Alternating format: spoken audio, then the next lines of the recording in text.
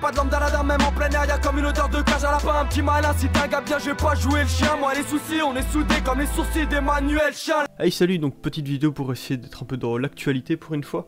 Je vais parler du tome 12 et 13 de The Promised Neverland, le tome 13 qui vient de sortir donc. Donc The Promised Neverland, pour rappel, le scénario est de Kayu Chirai et le dessin de Pozuka Demizu.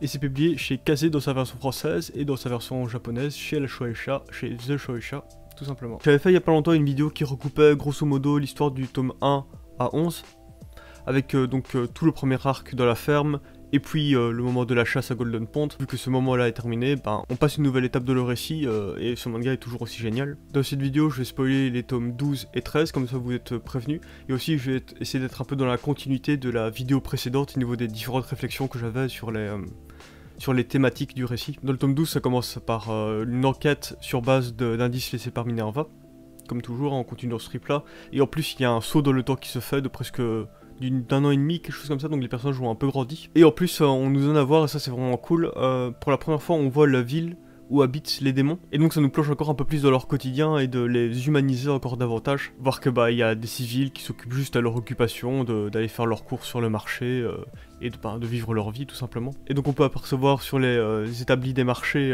des bocaux avec des têtes d'humains ou des bras découpés et tout ça, ce qui paraît vraiment affreux de notre point de vue. Et en plus on peut mettre ça en contraste avec le tome 12 qui nous montre de très près et assez en détail une ferme industrielle, enfin une ferme non privilégiée avec vraiment du bétail humain, encore plus littéralement, où là on peut retrouver toute l'horreur de ce que nous on peut faire dans l'élevage de masse. Et ça recoupe avec ce que je disais par rapport à l'autre vidéo, comment condamner les démons pour ce qu'ils sont, pour ce qu'ils font, alors qu'on fait ça nous-mêmes dans notre propre société et que c'est pas des enjeux si évidents que ça quoi. Et en plus pour la première fois, Emma et son groupe va être chassés par un humain, par un groupe d'humains qui va les considérer comme des sous-humains, des animaux inférieurs. Comme quoi cette vision du monde très tranchée entre leurs conditions de bétail et le reste du monde n'est pas uniquement le fait des démons. Et c'est assez violent de nous le montrer de manière aussi brutale pour la première fois, en plus avec les meurtres, la manière dont certains enfants se font abattre pendant cette attaque-là, c'est vraiment affreux. Et d'ailleurs j'aime bien la mise en scène de l'attaque du bunker, avec le commencement, où on voit que tout le groupe a déjà préparé à l'avance l'éventualité d'une attaque. On va nous montrer pendant ces quelques pages du début de l'invasion 3 types de cases différentes. On nous montre d'abord des cases qui se passent simplement dans le moment présent, des cases normales. Ensuite des cases qui se passent dans le passé qui elles sont grisées, et en plus dans lesquelles vont se trouver des bulles qui sont très majoritairement utilisées dans cette bande dessinée pour nous montrer une parole qui nous provient du passé. Donc par exemple un flashback comme ici, donc tous leurs préparatifs prudent qu'ils avaient en cas d'une attaque. Et aussi, juste après, on voit ces bulles-là être utilisées dans le moment présent de l'attaque, mais qui continuent d'expliquer le plan et les différentes stratégies qui ont été mises en place, quoi. Et donc je trouve que le fait de superposer dans cette page un très petit nombre de cases qui se passent dans le présent par rapport à un très gros nombre de cases qui se passent dans le passé, accentue encore le fait qu'ils ont gagné énormément de temps à s'être préparés à l'avance, et ça nous montre tout le temps gagné, car le nombre de cases pour expliciter le plan est super long, comparé au nombre de cases de l'exécution du plan qui, elle, est sur un déroulé très court. Et en plus j'aime bien le visuel de ces bulles là, comme l'enjeu ici c'est l'issue de secours, devoir s'en aller, donc préparer différents endroits pour s'échapper facilement. Le fait de nous montrer les 7 cases une par une avec les différents endroits où l'on peut s'échapper, et que sur 4 d'entre elles se trouvent des soldats, le fait de montrer des bulles, ces bulles là juste à côté des soldats, ces bulles là dans cette composition bien précise, je trouve qu'elles ressemblent vraiment à des ouvertures vers laquelle on peut s'échapper, à côté de la menace qui est là et qui cherche mais qui ne trouve pas les enfants à tuer. Et il y a de nouveau ce truc là que j'aimais bien dans les tomes précédents, c'est pour montrer qu'ils sont vraiment un groupe uni et solidaire. On va nous montrer la pensée qui n'est pas forcément reliée à un personnage précis, qui va voler d'un personnage à un autre, mais pour une même phrase qui va se continuer, comme s'ils réfléchissaient tous comme un bloc, et même parfois on dirait que le récit les fait communiquer par télépathie. Là la pensée de la bulle va vraiment pointer sur une personne bien précise, mais sur laquelle juste après on va quand même montrer une autre personne continuer la phrase ou répondre à la phrase de pensée de l'autre. Donc c'est assez rigolo. Aussi le fait qu'ils soient très nombreux les gamins, ils sont environ 60, c'est vraiment énorme, on n'a même pas le temps de tous vraiment les voir, tous ne sont pas identifiés, tous ne sont pas nommés. Ça permet deux choses pendant le récit. Ici, dans le tome 12, ça permet d'en tuer, et même dans le tome 13 aussi, ça permet d'en tuer quelques-uns sans tuer des personnages nommés, des personnages auxquels on s'était vraiment attaché, même si ça reste horrible de voir ces enfants se faire abattre de cette manière-là. Et ça permet aussi dans le tome 13 de faire émerger des nouveaux personnages à foison comme on en a envie, qui vont être utiles pour les auteurs dès qu'ils ont besoin d'un personnage avec une compétence particulière. Hop, il suffit d'aller chercher un anonyme dans le groupe et d'en faire quelqu'un d'un peu plus important. C'est vraiment une réserve dans laquelle on peut abattre et faire émerger des personnages à foison. Et d'ailleurs, face à toutes ces pertes, quand on voit Emma sur le point de craquer à chaque fois, parce qu'elle essaie de tenir une promesse impossible qui est le fait de ne perdre absolument personne, ce qu'elle a donc elle a échoué. On se demande dans quelle mesure est-ce qu'elle va finir par craquer complètement à un moment et péter juste un câble sous la pression de sa promesse impossible. Je trouve que pour une héroïne de shonen, on tape pas mal sur ses idéaux, elle en prend beaucoup de la gueule. D'habitude, on fait beaucoup plus gagner un héros de shonen. De manière absolue, je veux dire, sans qu'il y ait jamais aucun compromis à faire. On a décidé de ça, on va jusqu'au bout, et on rafle tout, on rafle la mise jusqu'au bout.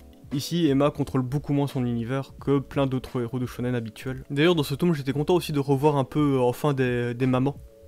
Parce que le visuel des mamans sont quand même vraiment génial, avec leur corps hyper massif. J'adore le fait qu'elles soient hyper imposantes au niveau du corps. On dirait un peu qu'elles ont des trop petites têtes, entre guillemets, ou un corps trop massif. Mais ça fait vraiment d'elles des personnages vraiment imposants physiquement, c'est vraiment génial. Autant côté du point de vue de l'enfant qui n'a pas encore compris la situation, ça a quelque chose de rassurant, parce que ces mamans sont comme des arbres inébranlables, des forces de la nature. Mais autant, bon bah, quand on a découvert le fait qu'on est rien que du bétail, ben forcément cette puissance de la nature, tu la vois autrement. Et ce physique très imposant leur donne à la fois une élégance et en même temps un gros sentiment de menace. Et du coup dans le tome 13, on a de nouvelles utilisations des cases du passé qui vont se mélanger aux cases du présent, et de montrer de la composition globale de la page à quel point les compétences, les acquis du passé servent dans le moment présent, et ça sert bien à justifier pourquoi Yugo et son pote se sortent aussi bien à ce moment-là. Parce que c'est comme si par rapport à leur adversaire, ils avaient une double action au sein de la page. Et du coup, Emma et les autres enfants ont pu s'échapper grâce à Yugo, et on va retrouver Emma complètement torturée par ce moment affreux qui vient de se passer. En plus, elle soupçonne déjà que Yugo s'est sacrifié et est décédé. Et on va nous la montrer occupée de broyer du noir et d'être vraiment écrasée sous sa pensée. Mais je trouve ça intéressant que les auteurs aient décidé de garder la pensée de Emma sous un bloc de texte uni. Plutôt que parce que pour nous montrer une pensée chaotique, ça c'est fait dans plein de mangas, hein, on nous montre des bouts de texte éparpillés partout dans la composition, pour nous montrer le bordel que c'est dans la tête du personnage à ce moment-là. Mais donc là, Emma, on nous la montre pas comme ça, elle est aussi sous le poids de sa pensée, mais elle arrive quand même à garder une structure et à continuer d'être cohérente dans ce qu'elle pense, quoi. Elle continue d'avoir une espèce de rigueur intellectuelle, même quand elle broie du noir. Et puis elle s'endort, elle voit Yugo en rêve, et quelques pages plus loin, c'est la désillusion au moment où elle se réveille, car Yugo n'est toujours pas là, alors que dans son rêve, il était revenu. Et là, on va de nouveau nous montrer Emma complètement écrasée dans le bas de la page, mais cette fois-ci au-dessus de toute la composition du rêve qui est mise au-dessus d'elle. Et en plus, avec la grosse typo, ce n'était qu'un rêve, avec le moment du réveil. Et on va nous montrer ce double poids de la tangibilité du rêve qu'elle vient d'avoir, et puis boum, de la désillusion mise, elle, uniquement sous un gros bloc de texte, qui vient complètement scinder le moment de rêve et le moment de réalité. Et d'ailleurs, avec cette pensée qui va dans tous les sens, on nous montre un peu plus tard, au moment où Emma est dans une énorme réflexion de qu'est-ce qu'il faut faire et tout ça, quelles sont les prises de décision à prendre. Et là, on nous montre 2 pages, où justement on va voir Emma réfléchir avec cette fois-ci du texte de pensée qui lui est disparate et va un peu dans tous les sens, pour renforcer encore davantage le fait que Emma est dans pleine interrogation, qu'elle cherche des idées, que c'est pas encore complètement établi. Et puis vraiment vis-à-vis, donc on confronte vraiment les 2 moments, et le texte ici va être mis en scène sous forme d'encadré narratif, où la prise de décision va être posée par Emma, et donc c'est cool parce qu'on nous montre une réflexion en 2 temps, d'abord son brainstorming interne, et puis la prise de décision où elle va faire une action où le texte va se figer et se présenter davantage de manière structurée. Et de toute façon, de manière générale, c'est un récit qui est assez bavard, hein, on nous montre beaucoup des personnages qui doivent discuter de stratégie, d'enjeux, qui doivent beaucoup réfléchir. En tant que lecteur, bah, on nous donne beaucoup à manger. Et ça fonctionne tout particulièrement bien sur cette scène, je trouve, où ils sont dans une situation où ils ont l'impression d'être guettés constamment. Et en plus, ils doivent faire une marche physique très éprouvante dans des conditions compliquées pour se nourrir, où le danger peut survenir à tout moment. Et donc le dessin va nous les montrer épuisés, à l'affût, en plus avec beaucoup de cases différentes dans la page. Et en plus avec beaucoup de texte qui va au plus nous montrer l'effort physique et mental qu'ils ont à faire dans cette marche, et donc il y a un double épuisement de leur part, un double effort à faire de leur part, et la composition qui montre beaucoup de cases assez serrées en plus du texte, je trouve que ça nous fait vraiment bien ressentir ça en tant que lecteur. Et pour terminer avec les trucs de mise en scène, c'est vers la fin du récit, juste avant qu'ils ne rencontrent les 2 sbires de Minerva. Donc avec le récit qui continue à t'alimenter en cliffhanger et en réponse et à alterner continuellement entre les deux avec un assez bon équilibre pour te maintenir en haleine. Ici il y a un truc que j'ai vraiment bien aimé parce que j'ai l'impression que j'avais jamais vu ça ailleurs, c'est mettre entre deux scènes dans une page, une bordure entre les cases assez grosse, la bordure horizontale, pour nous montrer un laps de temps qui s'écoule. J'avais vraiment beaucoup aimé parce que c'est hyper...